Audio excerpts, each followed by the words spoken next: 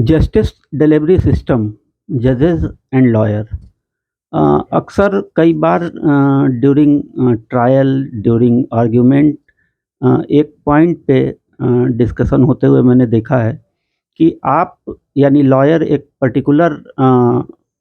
Tradition पे, एक particular procedure of law पे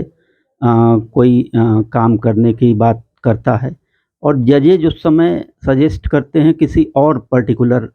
सिचुएशन या प्रोसीजर ऑफ लॉ पे काम करने के लिए। और इसका जो पर्पज़ होता है जजेस का, वो पर्पज़ उनका अपना कन्वीनियंस होता है, अपनी सुविधा होती है। लेकिन इन मामलों में मैंने कभी भी कोई कॉम्प्रोमाइज़ नहीं किया और मैंने अक्सर जब भी मुझे इस तरह का कोई डिस्प्यूट, कोई कॉन्फ्लिक्ट अराइज़ हुआ, तो मैंने उसी प्रोसीजर को एडॉप्ट किया जो प्रोसीजर मैंने तय किया था। कारण ये है कि जजेस के जो तय किए हुए प्रोसीजर्स होते हैं, वो प्रोसीजर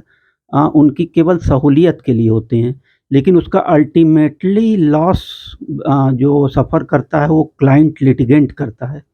और जजेस का देखिए क्या है कि जजेस तो आज हैं,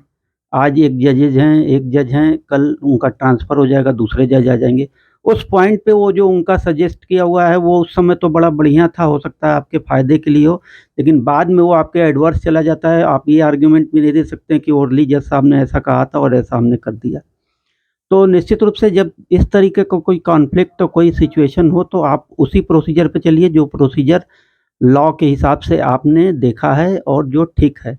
क्योंकि अगर इस प्रोसीजर की जगह आप वो प्रोसीजर एडॉप्ट करते हैं जो आपको सुझाया गया है, जो जजेस के हिसाब से फिट बैठता है, तो निश्चित रूप में इसका दुष्परिणाम आपका क्लाइंट, आपका मुवक्किल और वादकारी लिटिगेंट, जो अंतिम कंज़्यूमर है, जो अंतिम व्यक्ति है जिसको न्याय मिलना है, वो पाएगा और उसकी हानि, उसका नुकसान निश्चित रूप से कहीं न कहीं जुडिशियल सिस्टम पे एक धब्बा होगा।